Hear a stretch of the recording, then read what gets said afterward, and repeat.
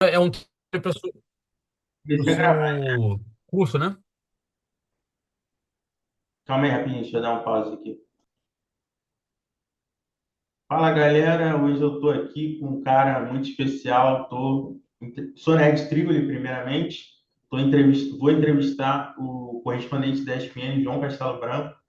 Vai ser uma entrevista mais ou menos curta, mas vou abordar aqui alguns pontos de jornalismo, de futebol e tudo que envolve jornalismo acima de tudo. João, se apresente um pouco para o pessoal para saber um pouco mais sobre você. Beleza? Bom, obrigado pelo convite, prazer falar com você. Bonita camisa aí. E É, homenagem a você. eu vi, bom gosto. Meu time aqui em Londres desde pequeno, né? Eu moro aqui na Inglaterra já há 35 anos, 36 anos. Me mudei para cá com 10 anos de idade. Então eu cresci aqui na Inglaterra e acabei entrando no jornalismo meio que pelo lado de filmagem, assim, né? Eu tô aqui Hum. eu gostava muito de filmar, de fotografia, mas acabei virando correspondente da ESPN. Tô nessa já há, porra, é muito tempo, nem sei, tô tentando ver aqui uns 20 anos que eu comecei a fazer Eu vi que desde 2013, jornalismo. né? Tem 20. Então, por aí, tem uns 20 anos que eu comecei a fazer algumas filmagens e reportagens e tal. Ô, João, você falou que você é correspondente da ESPN há quase 20 anos, mais ou menos. E na sua família, né, nem todo mundo sabe, mas o João Castelo Branco é filho do mais lenda do jornalismo, que é o José Trajano. E eu acredito que o José Trajano e na época, seu padrasto Pedro Bial tenham te influenciado, porque são dois referências na profissão, né? Para seguir, assim, eu vi uma entrevista com você dizendo que não ia seguir no jornalismo, né? Primeiro você teve outros caminhos que você pensou em seguir. Me conta como foi essa decisão, assim, de, de ir na profissão do seu pai e do seu padrasto, né? Que você tanto admirava, que é o Pedro Bial. Que era o Pedro Bial. Bom, são dois grandes caras, né? Realmente pessoas, figuras lendárias assim do jornalismo brasileiro, né? Então é uma responsabilidade grande assim. Eu acho que Mas, né? talvez se eu crescesse no Brasil fosse mais difícil, talvez nem seguisse esses passos, porque é difícil você ter pais assim tão talentosos, né? O Trajano, meu pai, o Bial foi meu padrasto morei com ele aqui 10 anos, por isso que a gente se mudou para Inglaterra. E eu acho que assim, eu tive muito a influência deles como pessoas, na verdade, né? E eu sei, nem convivi tanto com o Trajano quando eu era pequeno, mas quando eu ficava de férias e tal, eu via a paixão dele pelo jornalismo, eu convivi de perto, assim, algumas experiências em redações, na Globo aqui pelo Bial, na ESPN com o Trajano, mas eu crescendo aqui não imaginei que eu poderia fazer jornalismo em português, né? Porque eu meio que estudei tudo aqui na Inglaterra, tinha dificuldade até em escrever em português, até falar um pouco, né? Eu tive que me esforçar bastante para manter isso. Mas, cara, eu estudei meio que ciências sociais aqui, tinha e tenho muito interesse por isso, mas eu também gostava muito de documentário e filmagem, né? E isso acho que foi muita influência de sim, de ter, de ver isso crescendo, né? A televisão. E o Bial, quando eu era pequeno, me deu uma filmadora, assim, eu gostava muito de brincar e de filmar e tal, então eu Bacana. meio que tinha isso comigo. E aí, depois da faculdade, eu estava meio assim, procurando trabalho, sem saber exatamente o que eu ia fazer, e acabei decidindo que eu podia melhorar essa questão da filmagem, né? Não necessariamente eu não pensava em ser repórter para o Brasil, mas eu gostava dessa coisa de filmar e documentário. Aí, como eu tinha uns contatos lá, amigos no escritório da Globo aqui, como eu meio que cresci lá, eu me ofereci para ser assistente dos câmeras lá, né? Então, especialmente o Sérgio Guils, que era um câmera lá muito bom, eu ficava acompanhando ele. carregando equipamento, não sei o quê, para algumas filmagens, ajudando, fazendo companhia para ele.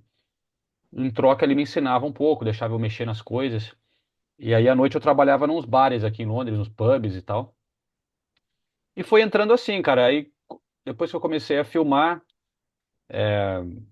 eu comecei como freelancer, fazendo para vários lugares diferentes, filmagens, né? E aí, como tem esse mercado brasileiro, como eu sou brasileiro, e tal, às vezes vinham pessoas querendo filmar alguma coisa aqui. Aí eu comecei meio que assim. E, pô, aí o Trajano tava lá na ESPN, ele falou, pô, você tá filmando coisa aí pra galera? Pô, tem aí o Gilberto Silva, chegou aí, vai lá na casa dele, faz um negócio pra gente, né, cara? Pô, a gente não tem ninguém aí. Aí começou meio que assim, durante muito tempo fui Então, freelancer, foi de uma maneira espontânea. filmando. Foi de uma maneira, Oi? foi de uma maneira meio que espontânea você iniciar no jornalismo, né? Não foi uma coisa que você. Foi, cara, não foi muito planejado não, que nem vocês aí, estudando e tal. Eu não fiz curso de jornalismo, não fiz faculdade. Existem vários caminhos, né? É, mas eu acho que é importante, assim, talvez me faça falta não ter essa base, assim, né? Eu fui muito na experiência de filmagem e tal, e aos poucos fazendo as coisas e convivendo muito com grandes repórteres, né? Claro que tem a influência do Trajano e do Bial, mas era mais quando eu era pequeno. Depois, quando eu comecei a trabalhar como câmera, eu comecei a ver como é que funcionava, né? A questão de reportagem. Então, pô, quando eu filmava na Globo, tinha, por exemplo, Caco Barcelos, Cílio Bocaneira, uns caras assim das antigas. Na ESPN viajava o André Plihal, o André Kfouri, o Vigio Matos aqui para a Europa para fazer matérias. E às vezes eles gostavam que eu fosse porque eu falava vários idiomas, né? Eu falo francês, espanhol, eu me virava com a câmera, mas também comecei a aprender a editar.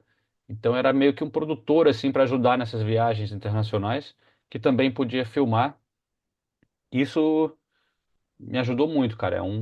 Acho que essa coisa de poder fazer vários aspectos da produção, foi uma coisa que me ajudou muito na minha carreira. Ah, tá, entendi. Ô, João, queria que você falasse, você citou aí o André Pirral, o André Kfouri, né? Queria que você falasse, você está na ESPN há muito tempo e o seu pai foi uma das pessoas que mais recrutou gente talentosa, né? Todo mundo fala que o Trajano tem uma visão muito grande, né, de recrutar pessoas talentosas. E a ESPN é referência em termos de futebol internacional, de cobertura, e você está cobrindo a Premier League. Queria que você falasse dessa escola ESPN, Escola Trajano, como que é para você trabalhar com tanto jornalista talentoso, assim, essa troca, né? Que tem na ESPN de ser uma empresa que é uma empresa de comunicação que é referência no mercado assim de, né? Hoje ela tem os direitos da Premier League, que é a liga mais completa e maior de maior competitividade do mundo. Sim, cara, assim, foi muito legal acompanhar o que foi criado lá na ESPN, no início muito aqui de longe, né, porque eu morava aqui, mas foi bonito e emocionante ver, assim, um canal sendo criado do nada, assim, né, quando o Trajano assumiu lá, eram poucas pessoas, era muito pequeno, não era o que a gente vê de canais de esporte hoje em dia, né, foi meio que uma aventura, assim, ele juntou uma equipe pequena e manteve. Eu acho que esse espírito de meio que ser na raça, assim, de guerreiros, de sempre ser muito menor do que o Sport TV, do que a Globo. Durante muito tempo isso foi o que carregou, assim, a ESPN. Porque quem trabalhava lá tinha um certo orgulho, tinha um espírito de equipe muito diferente de um lugar grande. E então as conquistas eram muito celebradas e a equipe era muito unida. E ele, cara, um cara que tinha seus problemas assim também na gestão, muito emotivo, ele explodia e tal, mas era um cara muito também que era muito humano assim, que sempre queria ir para a padaria, para o bar depois do dia, ficava lá conversando com todo mundo, tomando cerveja, a noite afora, conversando sobre o trabalho, tendo Deve ser muito bom, ideias. né?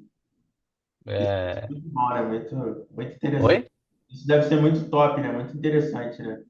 pô, para quem conviveu isso, né? Eu pouco, porque eu morava aqui, mas esses caras, assim, o Plihal, o André Kfouri, que foram dos primeiros repórteres lá, foram crescendo muito com isso, né? Que nem uma... Porque o próprio Trajano, ele não fez faculdade, assim, ele começou a trabalhar num jornal com 16 anos, e é assim que ele fazia as coisas, né? De conviver com outros jornalistas, de conversar muito, de ler, de uma coisa mais na boemia ali. E realmente ele tinha esse olho, cara. A quantidade de gente, né, que ele levou e ajudou a desenvolver na ESPN, além desse que você falou, mas tipo, muitos que já saíram de lá, foram para Globo, Pedro Bassan, até não só repórteres, né? Everaldo Marques, Oi? Paulo Andrade. Então, não só na reportagem, mas de narrador, de não sei o quê, ele realmente lançou muita gente, Milton Leite, pô, é impressionante a lista, né? E então, porra, como eu falei, tendo a oportunidade de trabalhar com esse pessoal, foi uma grande educação. E ele também é um cara muito crítico, muito. Quando ele ajudava e tal, mas por isso até que eu me sentia um pouco mais à vontade de. Porque é difícil o cara ser seu pai e você tá trabalhando lá, né? É uma coisa um pouco complicada, mas eu sabia que na época, pô, não tinha. Foi porque a questão de eu estar aqui, tem uns jogadores brasileiros chegando aqui, então vamos usar o João lá, porque não tinha muita gente aqui na época, isso faz muito tempo, né? Não tinha tanto gente espalhada assim, com esse perfil. E aí eu sabia que ele era um dos caras mais críticos, assim, que se eu fosse uma merda, ele ia ser o primeiro a dizer, entendeu? Ele não ia bancar só porque é filho, assim. Entendi. Então, isso me ajudou muito também. Ele era muito crítico. E, e aí, mas na verdade, eu falo que eu sou correspondente da ESPN há tanto tempo, há uns 20, mas durante muito tempo eu era só freelancer, comecei em câmera e tal. Como repórter para valer mesmo, foi depois, assim, foi aos poucos, né? E principalmente depois que o Trajano saiu, que aí sim que o João Palomino me trouxe como contratado, assim, para ficar, trabalhar mais exclusivamente com a ESPN. Antes eu queria deixar outras portas abertas e tal, até por ser filho do Trajano, eu não queria me sentir que eu estava lá porque eu sou filho do cara, entendeu? Então eu fazia outras coisas. Entendi, boa resposta. Ô, João, queria que você falasse dessa transformação que a gente está passando hoje, né? A gente passa pelo uso excessivo da internet. Na sua opinião, qual o principal, qual o principal porém que um jornalista tem para se manter atualizado nos dias de hoje sobre tantas notícias falsas, né? Tantos fake news, esse uso excessivo da internet? Qual a tua visão sobre esse excesso de informação, esse uso excessivo da internet, essa transformação que a internet tem causado, já causou, né? E tem causado aí pelo mundo afora? Aí você como correspondente. Cara, é uma coisa intensa, né? Porque toda hora tem muita informação, todo mundo tem acesso a muita informação. Você tem que saber se você vai participar de um programa ou se você vai falar alguma coisa numa transição, filtrar, né, o que você acha que é mais relevante, é, saber da onde está pegando as informações, de lugares confiáveis, de ter que checar alguma coisa, não só falar para tentar ser mais rápido a passar em diante uma informação. Tem que tomar realmente muito cuidado, né? Mas é uma loucura, assim. Por um lado, abre muito espaço para jornalistas e pessoas que querem ser jornalistas ou comunicadores ou alguma coisa de ter um espaço, seja na rede social, um canal de YouTube, alguma coisa, é, abre muito espaço para conteúdo, né? Mas ao mesmo tempo, por conta disso, é uma loucura, porque é muito conteúdo, né, cara? Então, é muita coisa, muita gente brigando por espaço ali, a atenção das pessoas é muito pequena, né? Então, mudou muito também o perfil, a maneira de fazer as coisas, talvez reportagens maiores e tal. Agora tem talvez um pouco menos de espaço. Ainda existe certos canais, certos locais ou documentários, mas no dia a dia é menos reportagens, né? É mais coisa ao vivo ou coisa, o estilo de linguagem para um Instagram, para alguma coisa é muito diferente também. Não, mas você não acha que hoje as pessoas têm pouca responsabilidade com a informação também? Por exemplo, se é uma notícia, a pessoa, você sabe, jornalista tem que saber interpretar a notícia, né? Você não acha que hoje esse excesso de informação, as pessoas não têm responsabilidade também com a informação? Esse Instagram, com essas coisas, essas redes sociais, você não acha que tem esse lado também? Eu acho um perigo, eu acho que você tem razão, eu acho que muita gente vê alguma coisa e já reposta, né? Isso, inclusive, grandes meios de comunicação também, né? Eu sempre tenho que falar muito no Brasil, quando alguém fala, pô, aí um jornal aí na Inglaterra falou não sei o quê. Eu falei, mas, cara, alguns jornais aqui não são muito confiáveis, né? Tem os tabloides e tal, que são sensacionalistas. Eu não quero ficar repetindo isso só porque eles falaram, entendeu? Então tem muito disso de, ah, não sei quem num país tal, numa publicação tal, falou isso. E aí já vira uma manchete em outros, vai espalhando, né? Eu acho isso complicado, realmente, cara. Eu acho que, especialmente os grandes meios, tinham que ter muito mais cuidado e selecionar mais um pouco o que eles publicam, né? Mas eu acho que também é difícil porque eles têm que competir com publicações que às vezes não são grandes empresas, que vêm mais de maneira mais independente. E hoje em dia as pessoas, sei lá, não vão só nessas grandes empresas, né? As redes sociais são mais democráticas, né? Você pode crescer ali, De forma mas muitas vezes. Oi? independente, né? O que pode ser muito bom, mas também tem esses problemas, né? Porque às vezes sei lá, uma televisão, uma empresa grande vai ter uma maneira de uma certa regras de conduta, cuidados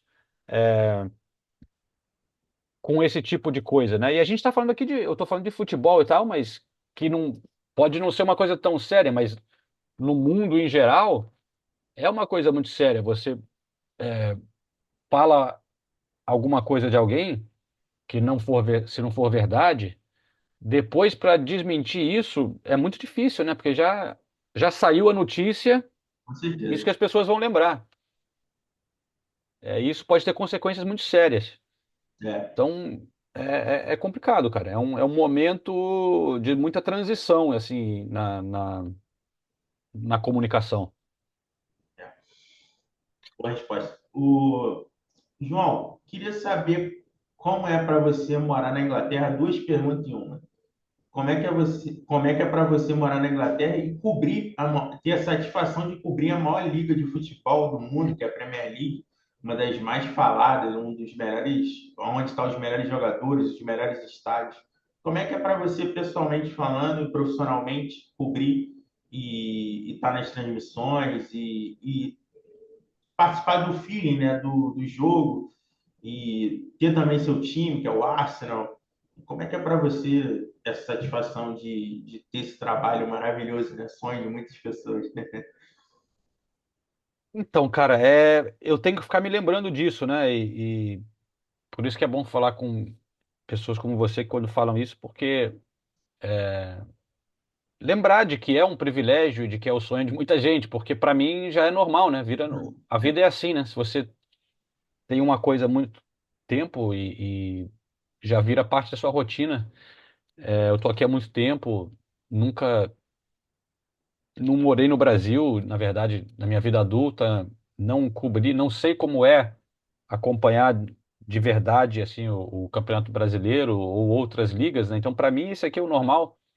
Eu sei que, pô, quando eu tô em certos jogos, certos momentos, às vezes eu paro e falo, pô, isso aqui é muito legal, é sensacional que você está ali vivendo isso, né? Então, eu gosto muito e eu sei que assim, uma posição que muita gente gostaria de ter, mas é meio que normal, cara. Para mim não é, se acostuma, né?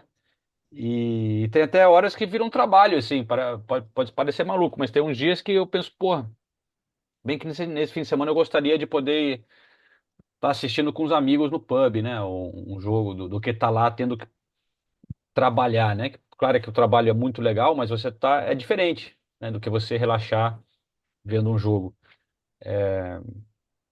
Enfim, sem reclamações, mas para mim é normal. Entendi. João, então vamos para a última pergunta aqui, que eu não quero alongar muito, né? A gente tem tempo também, já está cravado aqui o tempo. Queria que você falasse, né? Eu tenho muita vontade de um dia ser correspondente. Queria que você falasse qual o conselho que você daria para um estudante de jornalismo que quer ser jornalista e quer ser correspondente internacional? Qual o conselho que você daria para quem tem esse sonho assim, quem está pensando em, em fazer o que você faz, quem tem esse sonho, né? Bom, é, eu acho que, primeiramente, talvez a grande diferença hoje em dia de um correspondente internacional do que um repórter trabalhando no Brasil é que você trabalha muito sozinho, né? Então, você tem que ser preparado em vários aspectos da produção do conteúdo. Então, não adianta só ser um repórter, né? Você tem que saber filmar, é bom você saber editar, todos os processos, né? Você se habilitar em tudo, poder se virar sozinho, né? Produção, captação, edição, escrever. Então, isso é uma coisa, você ser multifunção, isso vai ajudar, se é esse tipo de coisa que você quer fazer, né? A outra coisa é que, pô, é meio óbvio, mas se alguém quer morar em outro lugar para trabalhar, é importante você aprender um pouco o idioma, né? Um pouco Essencial. não muito, né? É, se você vai, se você quer ir para algum lugar na Europa, sei lá, por exemplo, para trabalhar como correspondente, você precisa falar o idioma daquele lugar, né? Claro que chegando lá você pode aperfeiçoar, mas isso vai ser fundamental no seu dia a dia, né? Mas é mais ou menos por aí, cara, assim. E também assim, a real é que eu vejo que, não sei, poucos lugares hoje em dia, pelo menos no esporte, né? Enviam pessoas, como faz a Globo e tal, enviam jornalistas da casa para um lugar, né? Já, Muitas vezes eles já pegam alguém que tem experiência e tal, mas que está morando nesse lugar, né? é. Então, enfim, é uma realidade, assim, da coisa, né? Mas, pô, experiência é fundamental, né? Você conseguir trabalhar nesse negócio de alguma forma, isso vai ser muito importante, cara. E eu acho que é o que você falou, né? Você tem, claro, é pré-requisito saber falar o idioma e duas, duas, duas respostas suas que chamam a atenção foi falar o idioma, que é pré-requisito, mas né, às vezes as pessoas ficam com dúvida, posso aprender lá, não sei o quê. E a questão de você saber fazer multifunção, né? Igual você falou da tua carreira, você aprendeu a filmar, a editar, a roteirizar, a fazer tudo, né? Que um jornalista faz. Então, é bem importante também, porque às vezes a empresa nem manda filmmaker, né? Eles mandam você mesmo para você próprio fazer a filmagem, tipo assim, fazer o roteiro, fazer todo o esquema, né? Então, eu acho que é importante essas coisas, né? É, hoje em dia é mais ou menos por aí, cara, pelo que eu vejo de correspondentes, muita gente trabalhando sozinha, né? Sem até, e geralmente sem um escritório e tal, né? É. Trabalhando de casa. João, queria muito agradecer essa entrevista. Foi uma entrevista curta, mas pô, foi uma das experiências mais legais que eu já tive como estudante de jornalismo. entrevistar um cara porque é referência no jornalismo, que está na ESPN há muito tempo, que é um dos nomes, né, do jornalismo aí como correspondente internacional. Eu sou muito fã do seu trabalho, já falei com você. A gente já tinha trocado ideia, né, João? Antes de eu te convidar, a gente já tinha perguntado sobre como é lógico, eu sou curioso, né? Já tinha me respondido lá, né? Então você meio que me conhecia já, né, quando eu falei dessa entrevista, né? Sim, já tinha reconhecido você ali no, nas redes sociais, né, cara? Ah, É, é sempre muito legal, assim, receber os recados, mas infelizmente, às vezes eu não respondo todo mundo e tal, porque eu tô tentando passar menos tempo ali no Instagram e às vezes chegam bastante recados com perguntas e tal, e tem horas que eu consigo dar uma atenção ali, tem horas que eu não consigo.